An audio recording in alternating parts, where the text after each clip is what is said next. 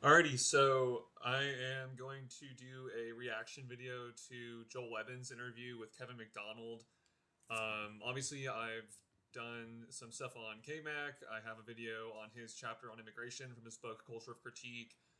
Joel Webbin, I'm sure you guys know, but like whatever, he's just like this weird Protestant guy who has kind of like started grifting into the whole like white nationalist and JQ space.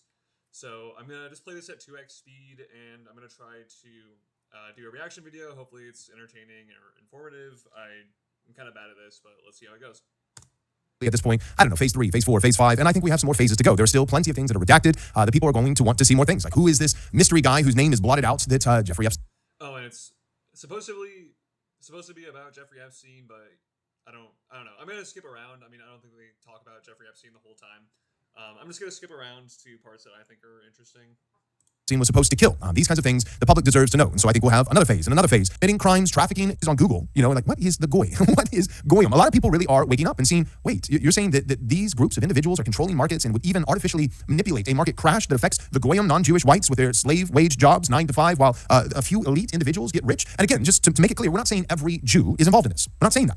In the same way that not every white person is a raging liberal and not every white person is, you know, far right. But what we are saying is that disproportionately, according to these files, it seems as though Epstein and other elite Jewish billionaires, not just in Israel, it's not just Netanyahu, it's not just the Israeli government, but Jews here in America and around the world, not all of them, but elite billionaires, rich Jewish people, had this sentiment of, you know, the non-Jewish whites exist for us. And it's okay to artificially manipulate markets and interest and these kinds of things that affect them in negative ways, but makes us rich. That was clear. And so what I want to do in this interview with Dr. Kevin Macdonald is get down to the bottom of it. Not just... Okay, so what he's referring to there, and I'll skip to the KMac part soon, but he's referring to, obviously, like, Epstein said the word goyim and goy a lot in his emails. There's like something that people like just aren't really getting is that like Jews are kind of like, he's just like an old school Jew making jokes. And you know, if you're like an old school East Coast person, like you made inter-ethnic jokes. Like if you're Italian, you made Italian jokes, or like jokes directed at like Irish people, for instance. So that's like all Epstein was doing. Like clearly he wasn't a Jewish supremacist. Like most of the people he hung out with weren't Jews. I mean, I think he did work for like Jews, like in terms of like money management, but like the people he like chose to hang around with, like a lot of them weren't Jewish. And he was like also self-deprecating when it came to Jews. Like he would like call people like I don't know if I could say it on YouTube, but like whatever, like the K slur, and like he would call people like dumb rabbis and stuff. And I mean, he wasn't super like pro-Jewish in any reasonable, like I don't know, any Jewish quote unquote supremacist sense.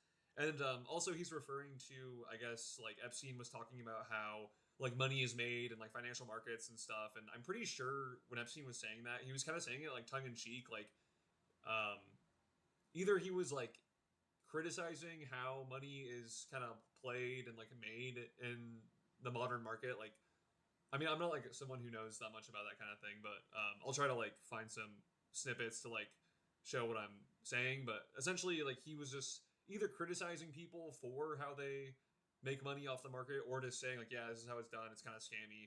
But like I don't think there's any like way that he's like trying to like lord over other people, like, oh, and I'm a Jewish supremacist and I made all this money like ripping people off. Like I don't think that's like the point at all. But anyway, I'm gonna go to the KMac part. The latest revelations of the Epstein files, but getting to the underpinnings. What is Jewish supremacy? What is this idea of, and what we're seeing going on in Minnesota? They finally passed the literacy test, but it was ineffective. So they finally, the forces of restriction simply said, we're going to cut. So I'm going to go straight to the immigration part, because that's like what I focus on more.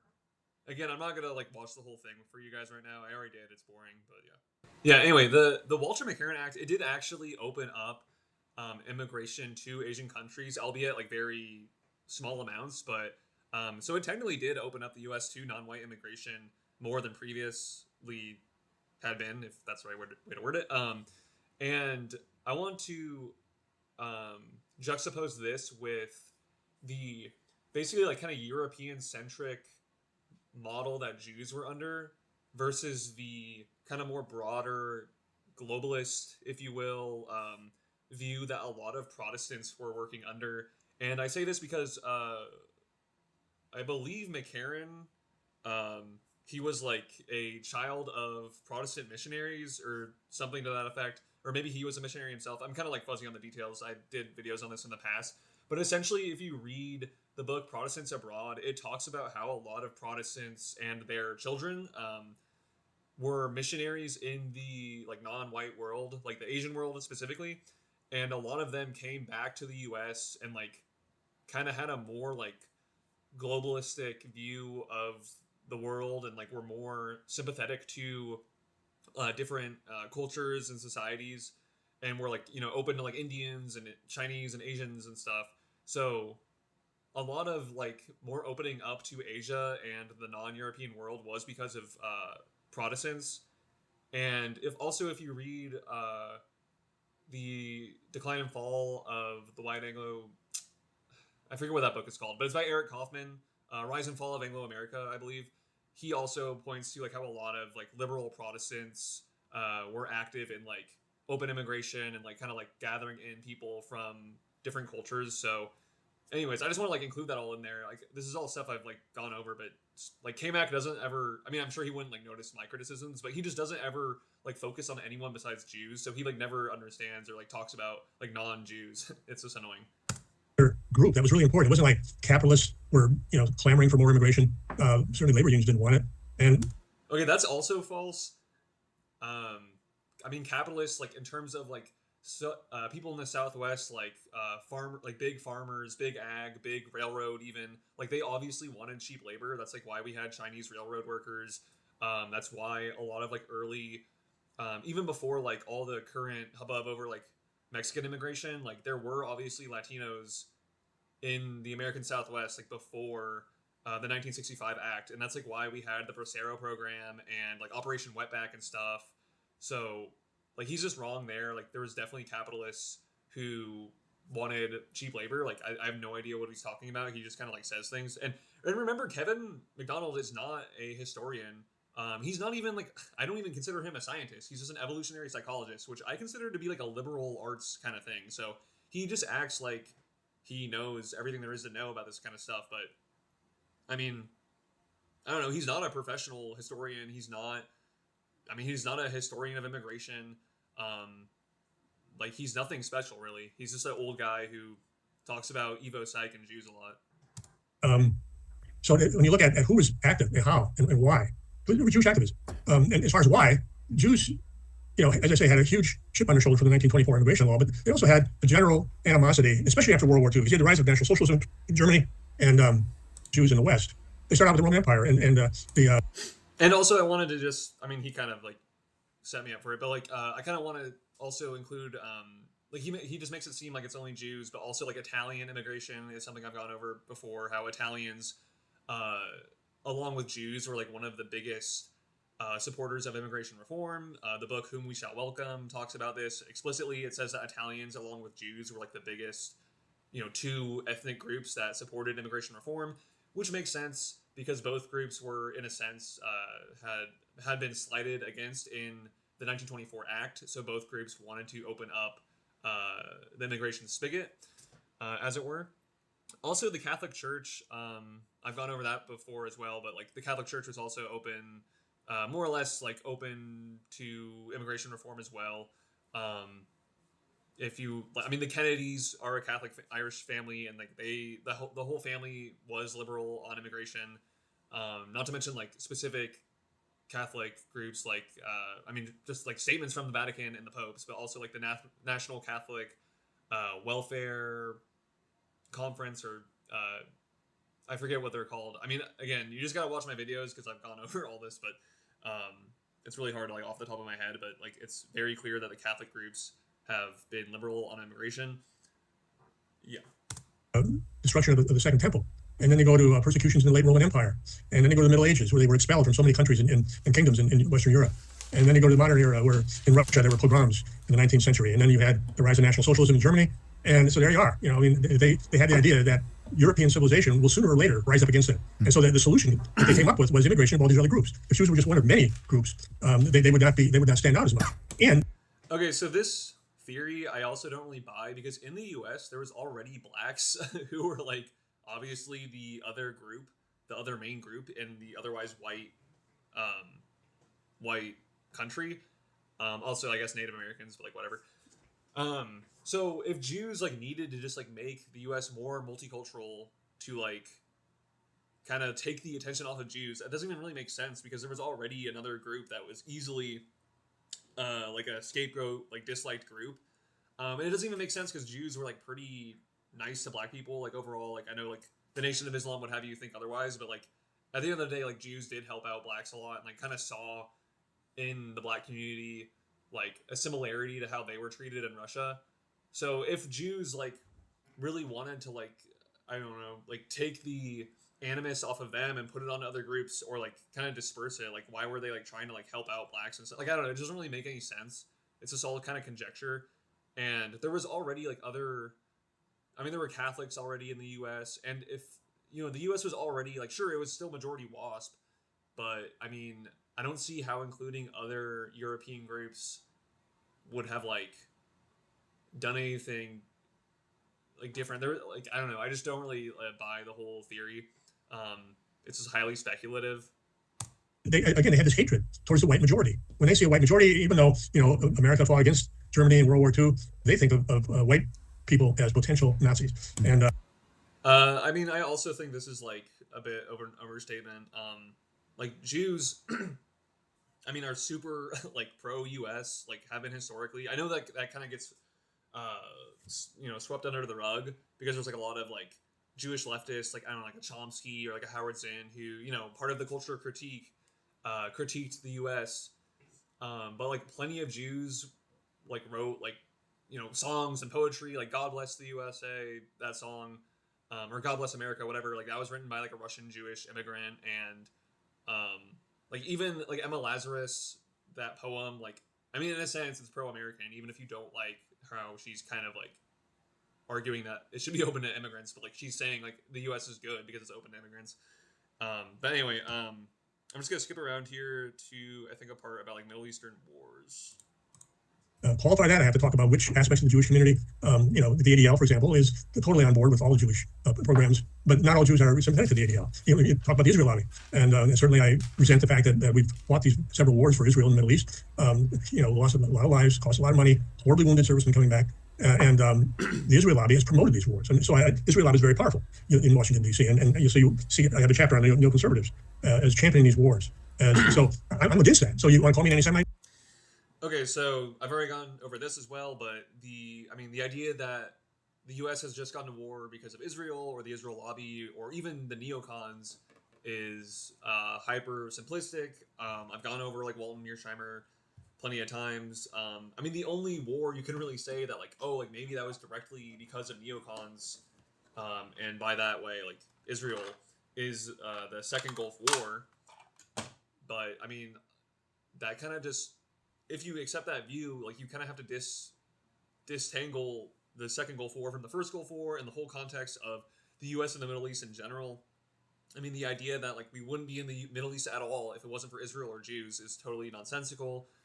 We had bases in Saudi Arabia, we have bases in the Gulf. Oil is a big reason. That's like the main reason we're even there. And we had a relationship with Saudi Arabia prior to our relationship with Israel, and Saudi Arabia.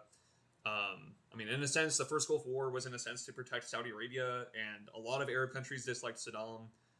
So I just think like his whole notion is just again backwards. He's not really a political scientist. I don't recall reading. I'll probably get into. I should probably review his chapter on neocons or like whatever he writes about neocons. But the idea that neocons like only cared about Israel doesn't really make a lot of sense either. I mean, they had a lot of worries about like the Soviet Union and China, things like not super related to Israel. I guess you could say the Soviet Union like had Jews who were living there, and like the neocons did push for Jews to leave the Soviet Union and like get that right to leave. But I mean, that's not like the only reason like why they disliked the Soviet Union. And there's instances where the neocons in Israel had like their views didn't align. Like Israel was pro-Iran during the Iran-Iraq War, at least in the early years, and I'm pretty sure the neocons were not pro-Iran at that time, and they had different views on like the U.S. intervention in Bosnia, stuff like that. Yeah, I don't know, kind of flailing here. Okay. let's see here. I'm not used to like doing this like dumb shit. Let's just go to this part. Critique Israel, and you wouldn't be called an anti-Semite, but now it's pretty much been completely conflated. If you criticize Israel, you are going to be accused of being an anti-Semite, and that has lost its sting to a great extent. I don't think people are concerned about it as much as they used to be. And people like Elon Musk have gotten in trouble with like condemning the ADL, saying the ADL is an anti-white organization, and that sort of thing. And it's something that doesn't go away. I mean, he went to Auschwitz, he went to Israel, supposedly apologizing, sort of. But these things stay, and it's hard to believe that these young people who are not listening to the New York Times, they're not reading the New York Times. Okay, they're listening to podcasts, they're listening to maybe Tucker Carlson, Candace Owens, who are now seen as the worst anti-Semites in America. I think Tucker Carlson got anti-Semite of the year this year, and Candace Owens, she's very down on Israel, and very much she's doubted the Holocaust, all kinds of things, and talked about the USS Liberty, the disaster when Israel killed over like 134 American sailors, obviously intentionally. This is back in 1967. She brings that up. Tucker Carlson brought it up. Obviously intentionally. I mean, it's just goofy, dude. Like, that doesn't even make sense. Like, why would Israel have done that intentionally to like drag the U.S. into war with like Syria and Egypt, which wasn't like in the cards at all at the time, and Israel also killed its own people like accidentally because friendly fire is extremely common. I mean, it's kind of hilarious that he brings up Tucker and Candace. I mean, those people are not aligned with like white nationalism at all. Also, this whole thing like is kind of funny because K-Mac is like a total atheist. I don't even know why a Protestant pastor like wants to deal with him. I mean, he's like an evolutionist, atheist guy. It's just kind of absurd. And anyway. The history is so awesome. I really do it. Yeah. I mean, Tucker Carlson talked about the riots in Minneapolis. He said that the whole point of the leftist resistance here is the great replacement. They want to replace the white population. And so they have to resist any attempt to deport people, to prevent immigration, to check voter rolls. He says 14 states don't have voter ID laws. Well, that's open invitation for illegals to vote. And he's really, he interviewed Daryl Cooper on World War II, saying things that Jewish activists hate to be said. Winston Churchill was not a hero. Winston Churchill was this profligate person who's indebted to the Jews all the way, and did basically what they wanted him to do. I'm not a World War II historian or whatever, but this is also like just very simplistic. I think like Churchill got some money from like a Jew who died like on his deathbed or whatever. Like in his will, he left Churchill some money. I don't think people like go to war, like they don't instigate a world war because they got some money like from some guy. Like that's just like way too simplistic. Like countries don't go to war with each other because one person got some money. That's just not how things work. So yeah, very simplistic, very only Jews and only Anglos have agency, like no one else has agency kind of view. Daryl Cooper is like retarded, like plenty of people have responded to him. If you watch this video, like K-Mac does seem like very old. He kind of just like rambles on. I mean, I'm rambling, but whatever. So, what do you think, real quick, about Winston Churchill? Do you, because there was a moment where it seems as though he was going to just ride off into the sunset, but in utter disgrace. That he was virtually afraid of a homogeneous white society, which it was at that time. Even though you had 10% blacks or something, they had no political power. It was a white country completely, and this was not something that they wanted. And so they pushed it. And of course, you have all these high ideals, and we're all the same. That people from Africa will be just great citizens and all that. And of course, what we have is a competing maelstrom of competing ethnic groups now. And so multiculturalism really has not worked anywhere. Right. It produces conflicts between the different groups. And I was saying good things about Tucker Carlson, but Tucker Carlson is opposed to any kind of white identity. Correct. And the reality is we have to have a white identity because we are competing in a multicultural, multi-ethnic environment where whites. Okay, I thought in my notes I had something to respond to there, but not really. I guess I was just gonna say I think he just kind of implied that like Protestants or like WASPs didn't want this, but like I mean, plenty of WASP intellectuals did want like multiculturalism and stuff. So that's all I had to say about that. Read Protestants Abroad and Eric Kaufman's book if you want more on that. Yeah, gonna skip ahead here. Science is part of their group strategy, their group interests. That Franz Boas saw the question of race in terms of is it good for the Jews, and that's you can't see science that way. But science has always been individualistic. I mean, you can defect from any. I just want to say something about this too. Boaz was not like some Jewish chauvinist guy either. If anything, he was like pro-German. He was like pro-German in World War I, even while he was living in the U.S., I believe. And there's an article that on Michelin Review that covers Boaz extensively. So I'll just like link that or post that or whatever. All this stuff that I'm replying to, like I've already said in other videos, but like I guess like people just like I don't know. I mean, I'm just gonna see if this format works at all and like whatever. But it's just kind of annoying, like seeing the same talking points over and over again for like years and years. And like no one, like obviously they don't care to like self correct or just be like just have an accurate analysis of the situation.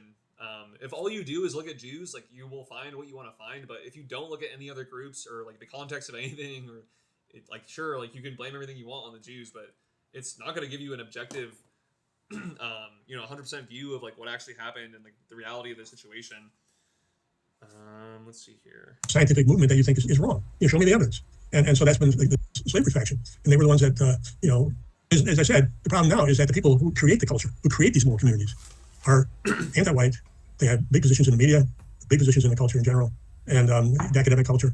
Academic culture is very important. And so I have a new section in the revised edition of Culture Critique on the rise of Jews in the academic world. Very important because in the 1960s especially, Jews became part of the establishment in the academic world, in Ivy League universities.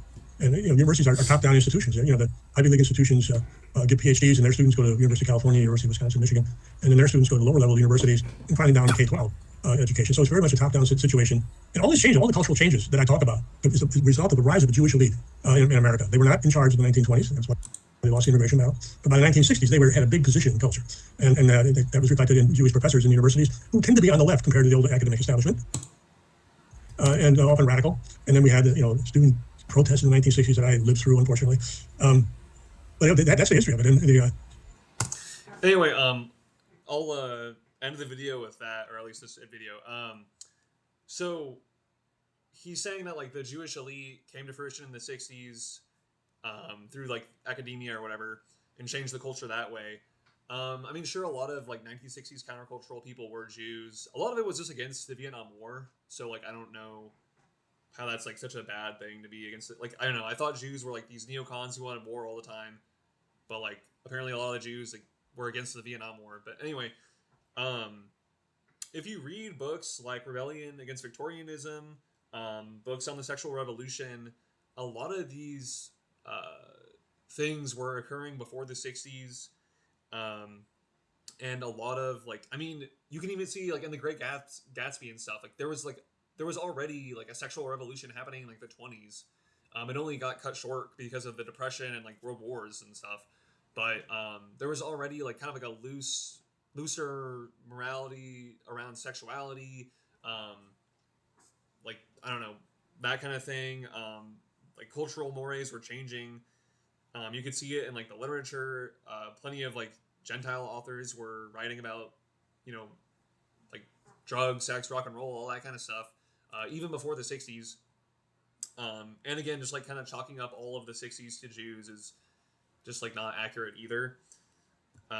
So yeah, I mean, I guess like all this to kind of just like plug certain books that I read back in the day, but they're still very like applicable to everything that K-Mac is saying. But again, it's just like if you take this view of, oh, it's all the Jews, and you read books that just blame the Jews, then like, sure, you're going to come away with it's all just the Jews. But if you actually read like non-biased, just straight up history about like how things changed and like what happened, like sure, you'll find Jews, but you'll find liberal WASPs, you'll find liberal Catholics. Like I did a video on the sexual revolution and like transgender stuff, and like plenty of Gentiles involved in that. So this shit like shouldn't even have to be said really, because it's kind of obvious. But I mean, that's just like the online world we live in, I guess. I was also going to let's see. People, these cultural changes have been top down, coming from elites. Yeah, whatever. Anyway, I'm basically done with this video. It's not that interesting. I do think it's kind of funny that like they have this dude is like half black and like half white, but he's like this weird cuck to white nationalists. Like he like essentially thinks like race mixing is an abomination, but he like literally is an abomination by his own definition. I mean, obviously that's like a bit tongue in cheek, but like I don't know. I just think it's kind of funny. But yeah, I'm kind of done with this video. I was gonna watch the Jake Shields video with Kevin Macdonald, but it just seemed like a repeat and like even dumber because Jake Shields is like literally retarded. I do know that they talk about the Ron Unz article where Ron Unz goes over the Harvard admissions and how Jews are like overrepresented and they shouldn't be. I've gone over that on a YouTube video that I did, and Raw Noons is like pretty wrong about that as well. Yeah, that's all I had for now. I'm gonna try to do more reaction video content just because it might be entertaining or like a bit easier to do. Let me know if you guys have any suggestions. I don't know. Yeah, and let me know like if you have any tips for like how to do these better, because I'm probably not gonna show my face ever, but like at least I did the little icon with like the sound spiraling thingies, and hopefully it works out. I don't know, but anyway, peace out.